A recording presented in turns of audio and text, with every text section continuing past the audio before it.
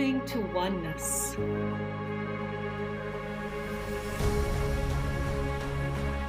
Nourishing curiosity. Embracing differences. Becoming one.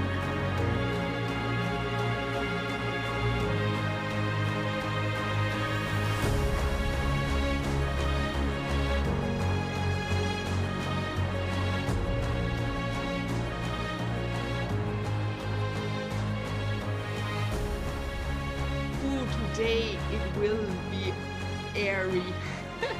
Like many fairies are already here. I've been outside just before the podcast to mingle in the woods, to sense the playfulness of the little ones that enrich our nature so beautifully.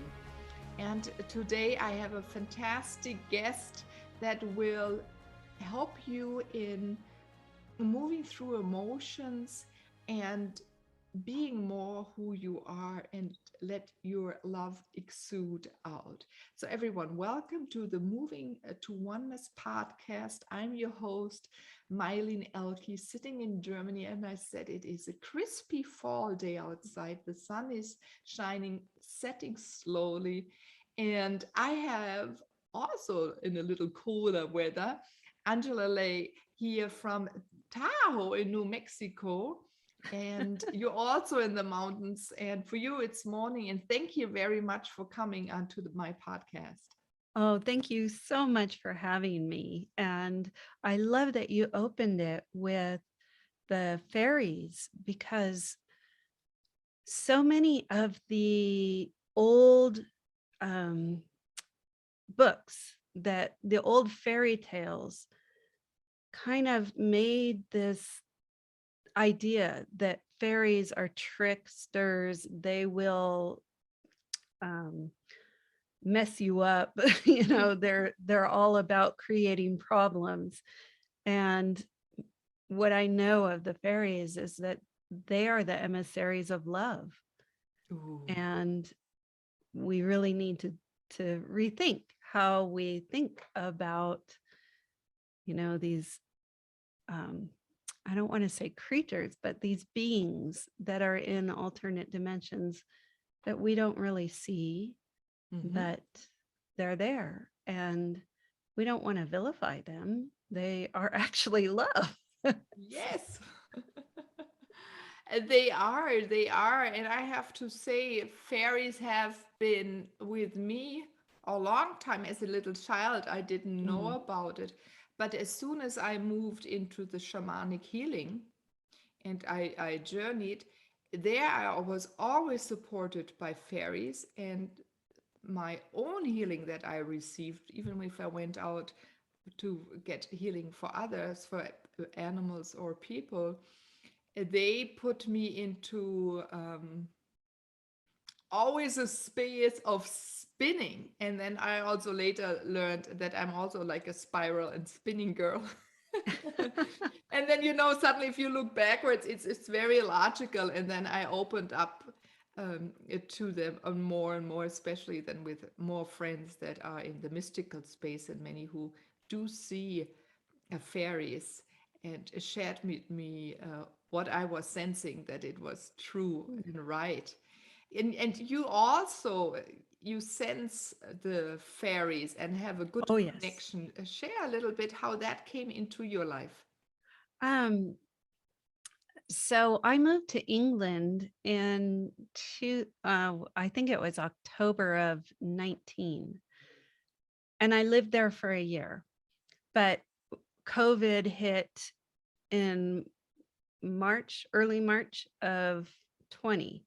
Yes. So all of a sudden I was in this place where I didn't really know anyone, and I could only go out for walks. There was like no businesses were open. So I started walking the woods, and I could just feel this love, this energy of abundance and love and care for the earth and the beauty of the scenery, the woods, the hills, the grasslands. It was just such a delicious feeling that I got on those walks. So I would spend hours every day walking. And I think it really, just being in that environment, not only is healing to me, very healing, but I'm pretty sure it inspired some of my stories too. Mm. Yeah, it is. I believe if we go into nature, there is, and for me, what comes, it was more an initiation that the fairies initiated you to really become aware of what's out there, because you've been in the woods many, many, many times before. But first of all, it was ancient forest Yes. where Yes. you were, right? So there was your reconnection to Urwissen. We have in German a nice word, Urwissen, right? Oder Urquelle, so to the source, and for you, and that wisdom to inspire you and channel the book. Let's just jump into the book. I just finished also reading your book. Everyone, Angela started out writing a story, because children are also very oh, you also have a grand love for children and supporting them, right? And you'll please speak later into that as well. And being there for them, and so they don't feel so alone or left alone, that they have a Anlaufpunkte. God. That they have someone to go to, yeah. And also the book you wrote is so that they can have a book, go into stories that they know, but you underline it with beautiful wisdom teachings, where you provide tools to the youth that they can utilize, and they get it in a beautiful, I'm going to use even the word fairy tale. And I really want to go and look, and maybe someone in the audience, if you know the source of the word tale, T-A-L-E, right? That's from the fairy tale. What is behind it? So there must have been always a lot of communication and wisdom provided, that this word even exists, and it still carries something. Yeah, so I'm thinking we do use it a little bit now for cartoons or stories and say, it's not true, but I bet it was. And so if someone out there do connect with Angela or with me, and let let us know what it is. And so you wrote a book where a young girl delves into the world of the fairies and learns much about it. So that was inspired from your trip in England. So that's not so far away. And I just know too, you just spilled the beans, that you are just released also already the second book. Yeah. It's going to be probably trilogy, quadruplegy, I'm writing book. Yeah, it's a series. Yeah, but as everyone, fairies, I remember one thing I have to tell now before I forget it. I remember when we were doing rituals, the fairies always say, include your children in everything. Have fun, and children bring into ceremonies, into rituals, the fun aspect. We adults nowadays don't have so much, especially I'm talking now about the Western culture, not so much about others. They include the children on a regular basis. They're always part from early morning to late at night. They're not so segregated out of the social structure or family structure or whatever kind of structure. So I'm happy that the fairies are bringing now new viewpoints and perspective on it. So share a little bit about your book and what it is here for. Well, really, I've lived a pretty difficult life, and some people have had harder. I didn't grow up in Afghanistan and have everything bombed, so I know that there are individuals who have harder things that they went through. But my idea when I started writing the book was I want to teach kids how to have self-love so they don't make poor choices like I did. Mhm. And so I'm gonna, if you don't mind, just do like a little 5-minute history of Oh, me please go ahead so because that people understand yeah, because I that. can sense your experience, life experience is in the book a little bit, and that's what you're Mhm. handing off to the next generation. So please, yes, go ahead. Yeah, so I was born and into a family.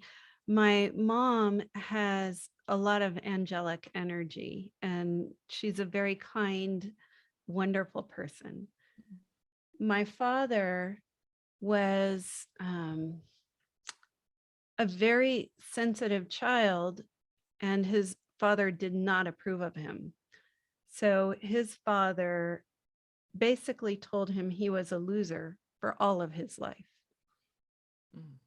My father couldn't deal with the pain that brought up in him, so he tried to drown it in alcohol. So basically, he could not face his emotions, and he numbed with substance abuse. When he was drunk, he was a monster. And he not only sexually abused us, he physically and emotionally abused us, mostly emotionally, more than anything else. So when I was young, I got the idea that I didn't matter.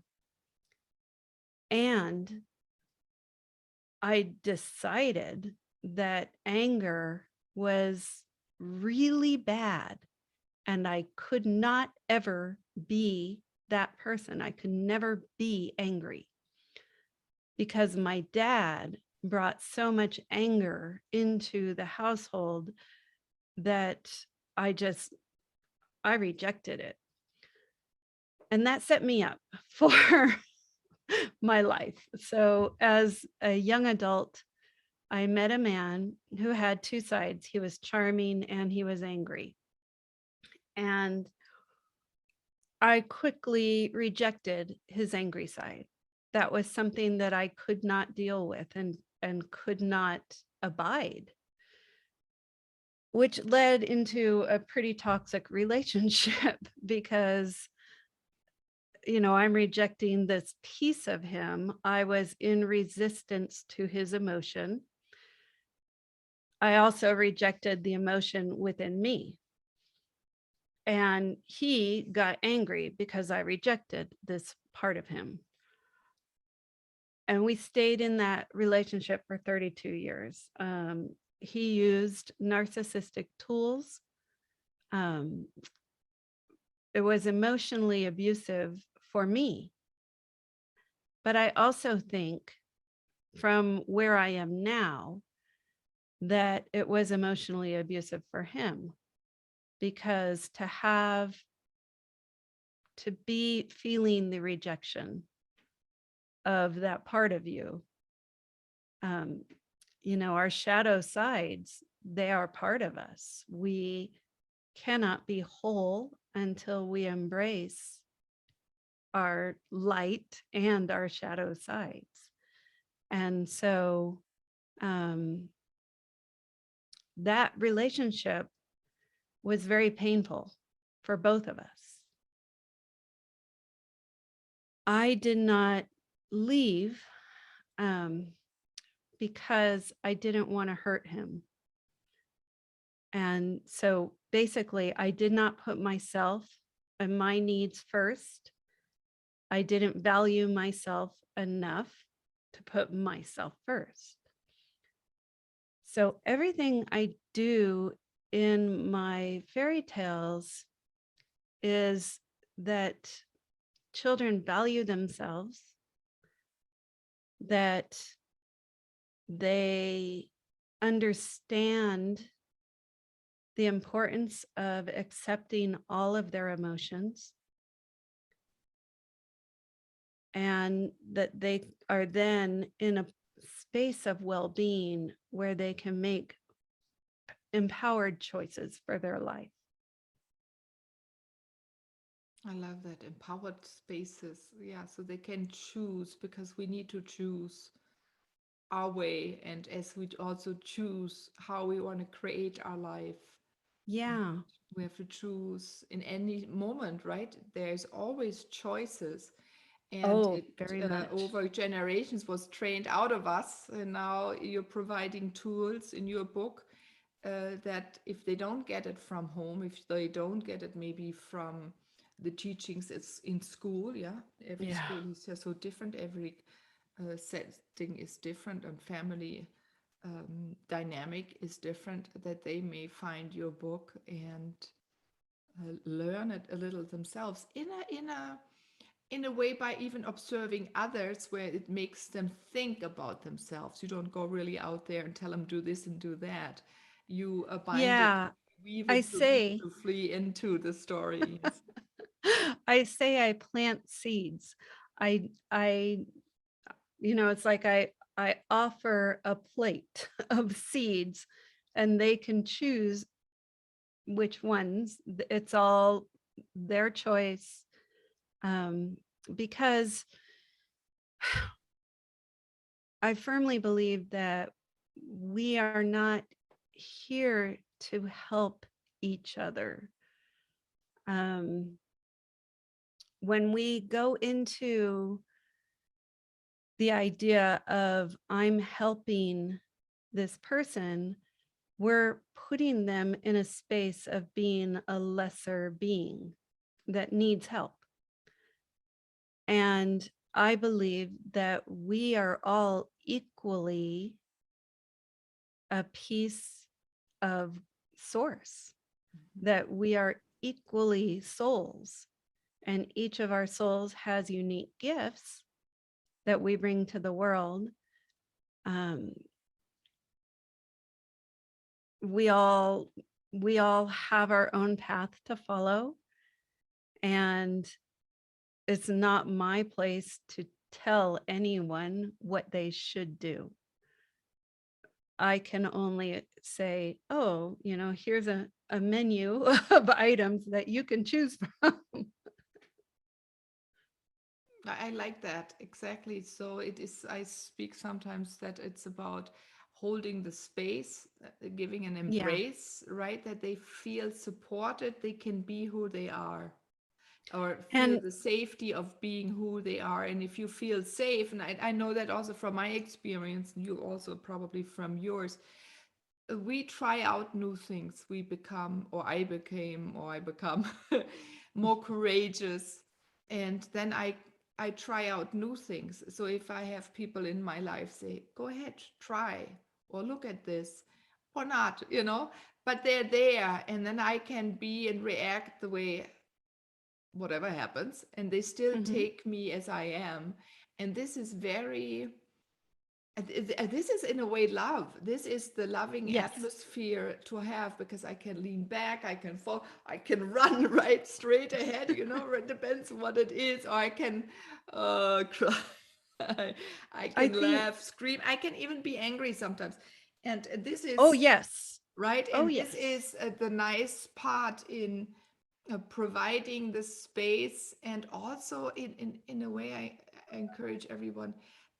What I've learned is, like, if I leave it for others to go through it, I say, oh, that's now the time for them to experience it. It has nothing to do so much with me, but Mhm. I need to be there. So why am I there, right? There's always a reason why are we in a certain place at a certain time.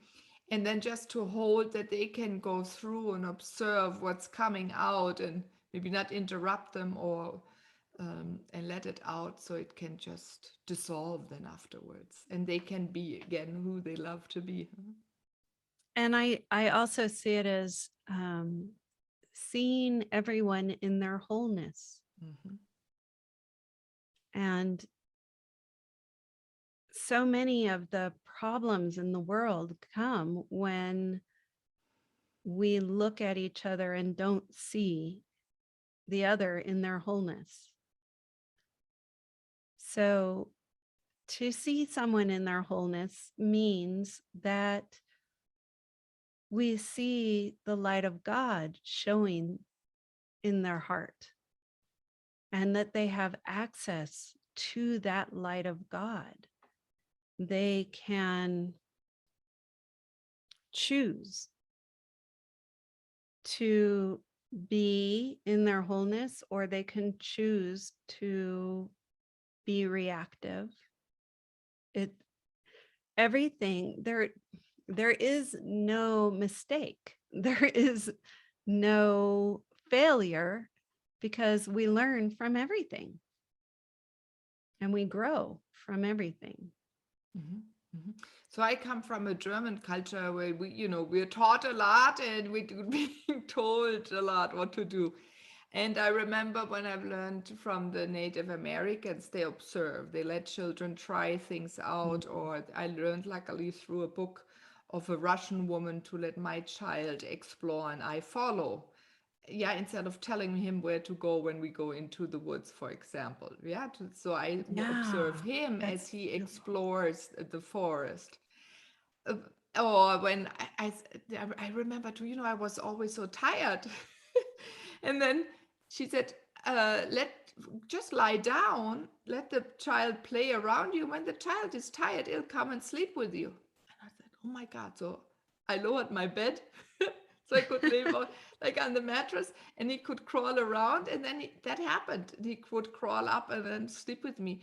It changed a whole dimension in me. Instead of me also putting my rhythm on him, right? Even children, that's I love to speak about, we're talking about children too, that they can explore and find their own way of living rhythm, and sleep rhythm goes under that, eating rhythm, right? Yeah. If I think about how my son eats so different than any one of us, I think we're three in the family each, and the cats, they all eat differently, different time, different rhythms, different foods even, right? And I really stayed open to that, so that you can unfold. We speak so much, everyone's supposed to be who they are, and that they're open. But then these things are very restrictive because we try to fit them to modern and so, but there's an easy way. Genau. Okay, maybe school. In Germany, you don't have to go to school. That's the only rhythm, but this weekend and vacation, it does change right away. And this is not so easy. It takes time and practice to first of all live your own rhythm. Like Angela, you said you had to learn to first live yours, and then all normally, if we start with ourselves, others are able to begin to start living their rhythm. They may be Yes. dumbfolded for a little time because the rhythm changes for them or things don't, but then they can go in. Yeah, so I like that you said that. And what I really loved about what you were talking about is observing, Mhm. because even observing ourselves and observing our reactions, observing how we're thinking about something, Mhm. is so informative of kind of coming back to oneness. And that's something that I have begun practicing. But I really love the idea that you brought forth about just observing your child. Each child not only has unique gifts, but they have different energy levels, and they're different vibrations, different resonance. Mhm. One child may be really open to really sociable and really open, and another is going to be more reticent. Is this shyness, or is it just the energy of the child? And, so many parents will look at the reticent child and say, oh, my child's shy, I should teach it how to be more social. It'll be more, my child will be more successful if they're social. And so they try and change the energy of the child. And it's not productive. You know, some people are, you know, made to be solo. Some people are made to be in large groups. And there's no right or wrong to either one. There are jobs that can, each individual can be very successful in that job. One of my favorite movies, it's a little short called Float, done by Pixar Films. And the story is of a baby who floats. And this is so outside the norm that the father is initially, he's surprised and pleased at this gift his son has. But then when the neighbors see the kid floating, this changes everything. And the father must hide this quality of his son. And so he ends up making a backpack filled with rocks and putting it on his little boy, putting his boy on a leash and walking him around the neighborhood so he won't float. But as they go by a playground, the child drops the backpack and floats through the playground. And of course, this is shocking. So the moms on the playground grab their kids and try and keep them safe from this strange anomaly. The father grabs the kid and pulls him down and he actually turns the kid around and screams at him, "Why can't you be normal?" Heartbreaking. Yeah. Heartbreaking. For all of them.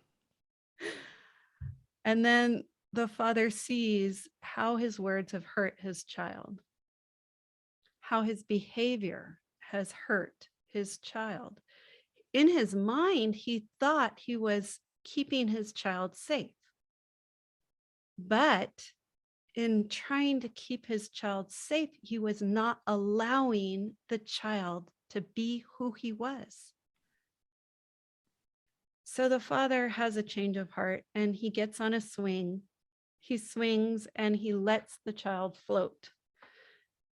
It's a beautiful story, and many parents of autistic children see it as a really good metaphor for autism.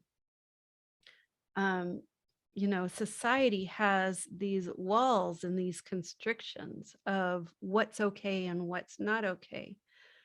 But what a gift floating could be. Yeah, you know, I walk different than since a little girl, still nowadays. So people look at me since I'm little. So I had to learn that they're curious and they don't judge me. But I remember also my parents, they felt judged. And, you know, at that time, 68, if you were different, you were put into in a way of a loony bin. You were Yeah, feared. because you were weird, Different you is spoke fear. later. So luckily these times have changed. I thank all the parents that fought for their children and wanted to change the institution. Yeah, we're different. And as you said so beautifully before, we're all one. So we all have particles of each other. So we understand one person maybe a little bit more than the other, or recognize a little bit of ourselves in it. So that's why maybe some people like similar people, some the contrary, or even children, who are they attracted to. And this letting go of judgment, I think it's luckily happening slowly more and more. So if we stop to judge, judgment has started to control certain, to have power, you have to start to judge and make other people judge.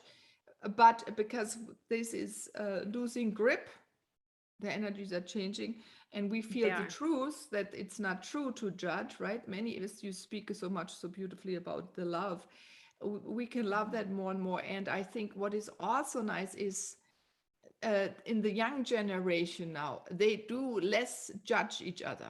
It's extreme. I can It's see beautiful. that and observe it, and I see it in their vocabulary. I see it in their reactions and how they treat each other.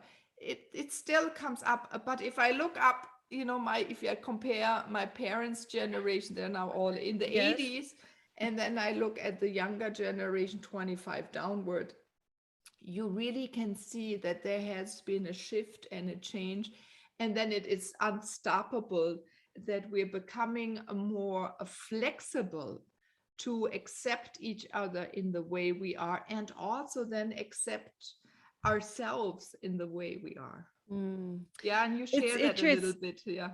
Yeah, it's interesting. What I understand about judgment.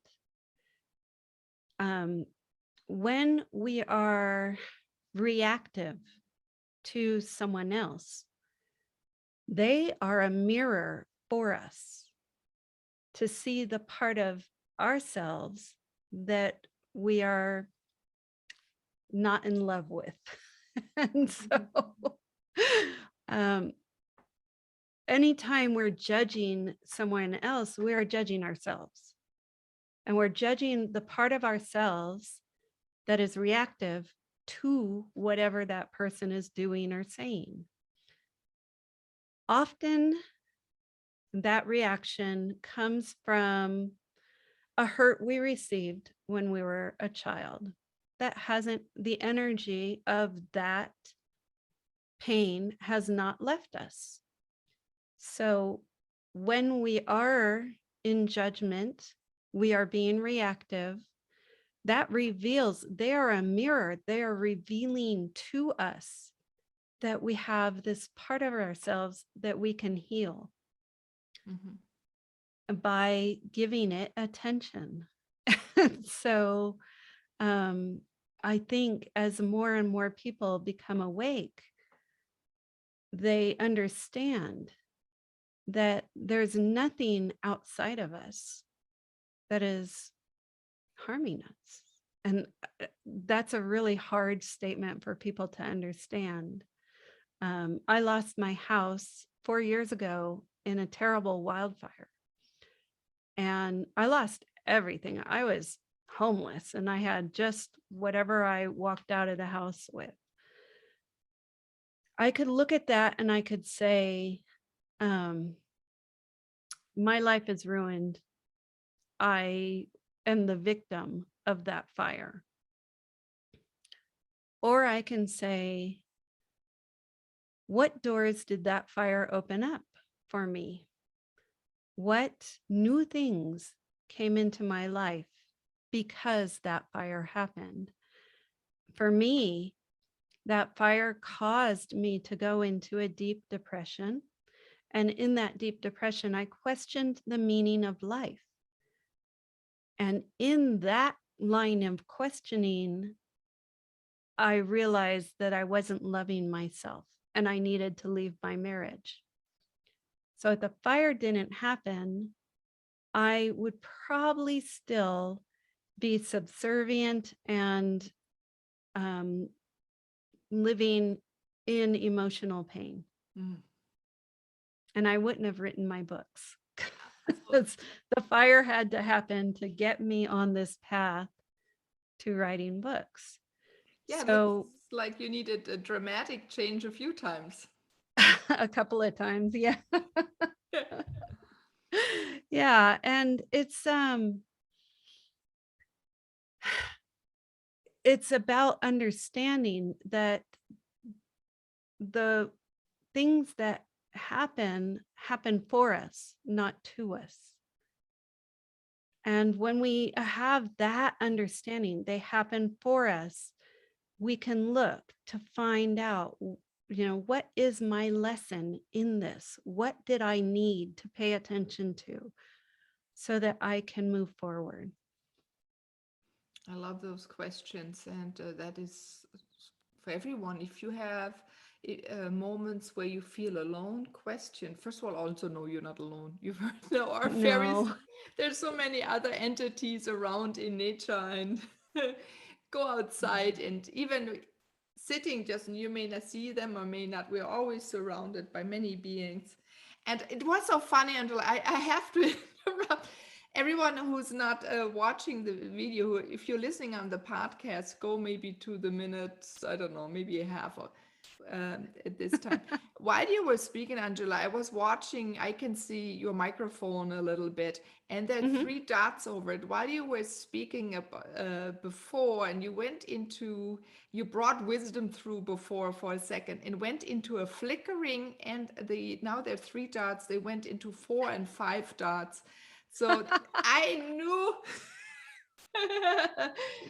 to really listen to what you're And they're speaking flickering about, now. because you were support, now they're flickering, it just went down to 2. So they're saying, yes, we're here. If you do need a device, a proof that we exist, it's right there in this videotaping. This is fascinating.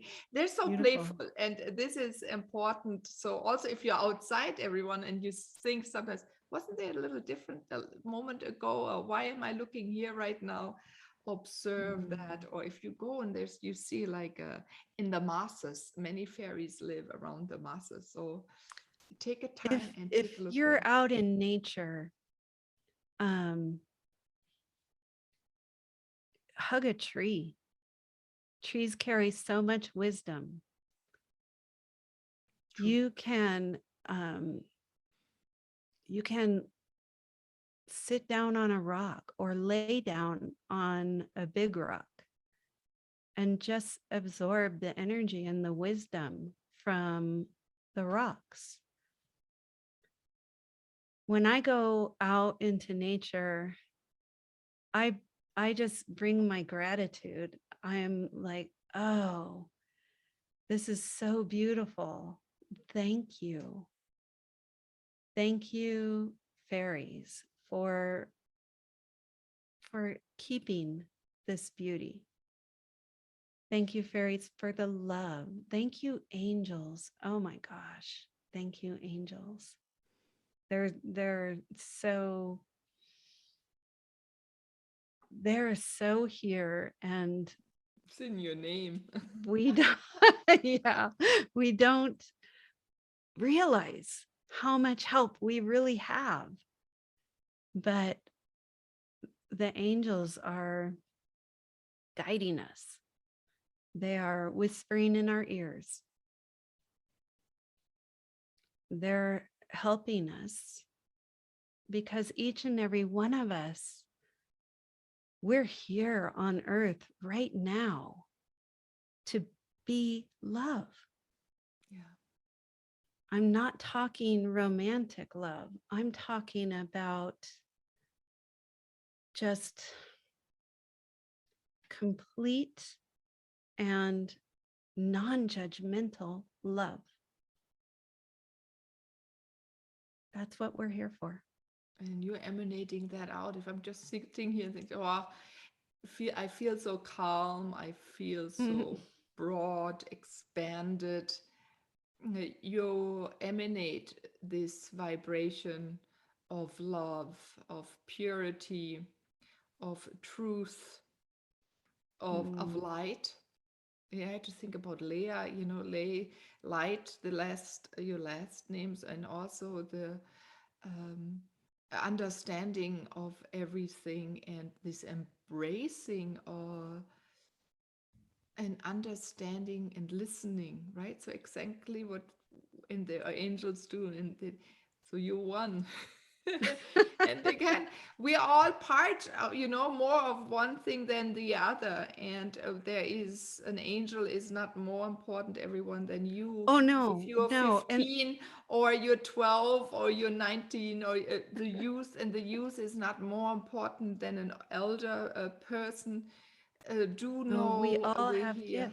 gifts. Genau, we all have gifts, and we're here for a reason at this moment, all of us, to bring all of the population, I believe, back into a natural state.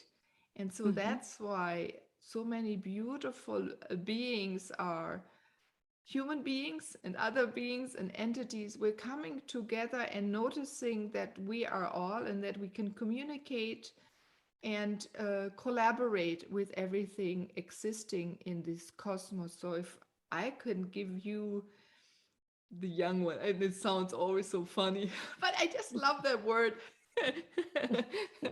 It's the young ones. That you guys are our future, and you bring so much more fun to us. And I thank all of you. And please do not give up, because you do transform, change, um, create a little chaos to bring a calmness afterwards. You go into the storm and it may feel a little difficult. It's like you have a little bit more force when you walk through you need more grounding or whatever you need when you walk through a storm. But when it's calm, then and you bring that. So keep on doing that, and see, you have someone like Angela here to support you. And Angela, we have share really quickly about Bella Santini, right? She is Uh, the main character. And, yeah.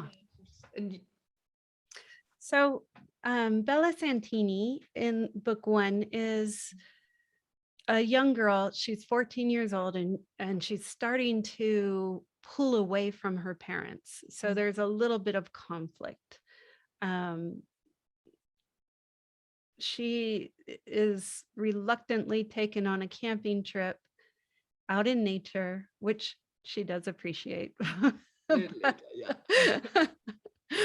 um, anyway, she is spirited away by fairies to another dimension, the Fae dimension. And there's strange things afoot in that world. So the leadership decides that Bella must stay. And they're going to send her to a fairy school. Bella believes, okay, I'll get in this fairy school and I'll learn magic so that I can get back to my parents, because now she has a change of heart. Instead of rebelling against her parents, all she wants to do is get back to them. There's trials and tribulations she goes through, and in each one she realizes a little bit more of that she carries magic. And the message through the books to children is that you have magic in you. And the magic that children bring into our lives is playfulness, curiosity, and unconditional love. Yes, that's what And I feel too. those are the magic that we as adults need to tap into. And so that is the overall message. There's layers of love in the book for kids. And For the adults that read it, maybe too. They for can, the the adults that older read ones, it, they can read it themselves. Yeah. the books are, As I said, it's a book for everyone. Yeah, because it's a they are. lighter read for us adults, but still the nuggets of wisdom are still important for us now, especially nowadays. Many of us are alone still around the world. Mhm. So, where can everyone find your book? And I'm going to put it then also in the show notes, but do Okay, speak at so once, please. my books are available on Amazon in 9 different countries. So Wow. definitely in Germany, Amazon DE, I think it is. And um, so you can download. Unfortunately, I haven't had them translated into different languages yet. So they're only available in English right now. Future, there will be different language translations. And book 1 is there. Book 2 just showed up on the 10th. So Ooh, that's more just celebrate. We should have gotten something to celebrate. But it's a fantastic accomplishment, writing anything and trusting yourself, right? If you think about, you said you were just before spring of 2020 in England, and reawakening yourself, remembering yourself, Yeah. reconnecting to that source wisdom, or then also the ancient forests, right? Yeah. And being open to trust what is coming and going with it. Now, this is fantastic. And Angela, I thank you that you did that, that you believed in yourself, you trusted yourself, and you followed your own instinct. Yeah. And Yeah. that shows a lot of courage. So you're a beautiful example of what can be done for everyone.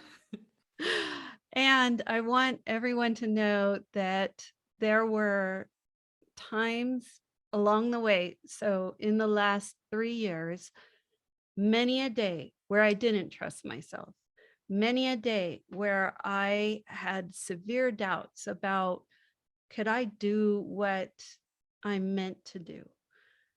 Many a day when I thought I should just give up. This is hard. Um, for the first year of the first book being out, I think I sold 26 copies.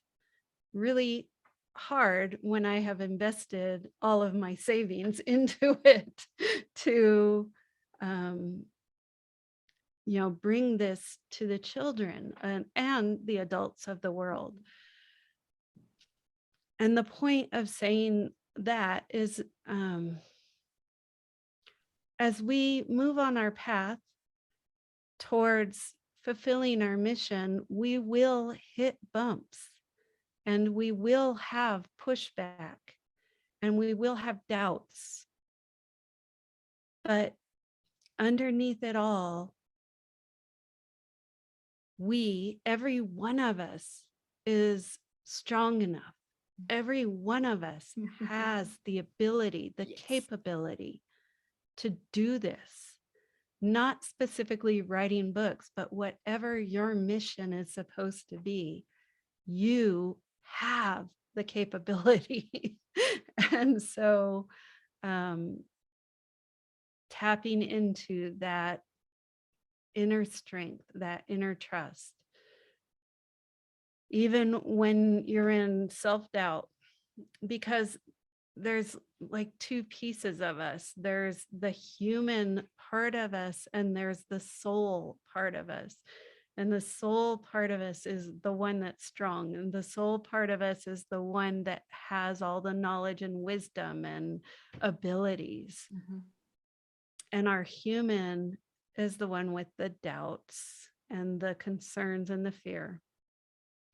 If our human just opens our heart and allows our soul to come in,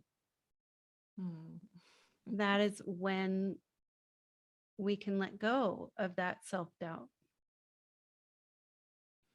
This is beautiful wisdom, Angela. And it's not just wisdom, you act it also. It's knowledge, right? You walk your I do. knowledge. This is right. It's more than you are who you are, and you're right. But there is something within, there is something where you cannot not do.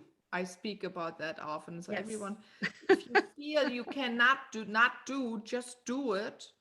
And maybe others don't understand you now, they will, because you They will. often, if you have that, you're already a little bit in the future, and people have to understand, they don't fathom yet what it brings, but you do, because you're creating something. Musicians have been this way, many creative people, and we are creative beings. So please go do what you love to do, and get support of your friends, the people that provide that space for you to be who you are. Angela, that is such a beautiful message for the children. Thank you. The children of this generation are bringing, they're like the technology generation. So they're bringing technology we don't have any clue or understanding. You think about crypto and how that has evolved. Well, it's 24-year-olds who brought that to bear. Not the 50, 60, 70-year-olds, because they had no clue or knowledge or understanding of what the possibilities are. And this generation, they're going to bring miracles that we, the older generation, are just going to be like, whoa, look what they did. And so even if they don't have anyone else who sees what they see or understands what they understand, they're meant to do that. They have the understanding because they're meant to do that. And trust. That's it. Just trust. Oh, yes. We can talk for hours. I love that. Yes, We have and to keep I on must going go. and talk and take a little different twist one day. But thank you, Angela, for this beautiful inspiration. I've sensed so much how you love children, how you love everything existing. Yeah, I do.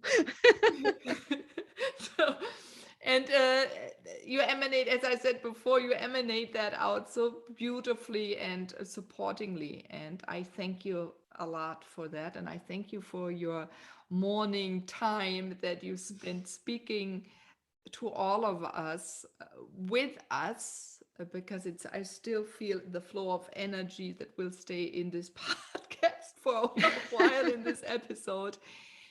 And yes, everyone, you can find also Angela, connect with her and me also in the Moving to Oneness Facebook group. We're always here for questions to answer those for Oh, you. yes. Do reach out or singly. As I said, I have everything in the show notes.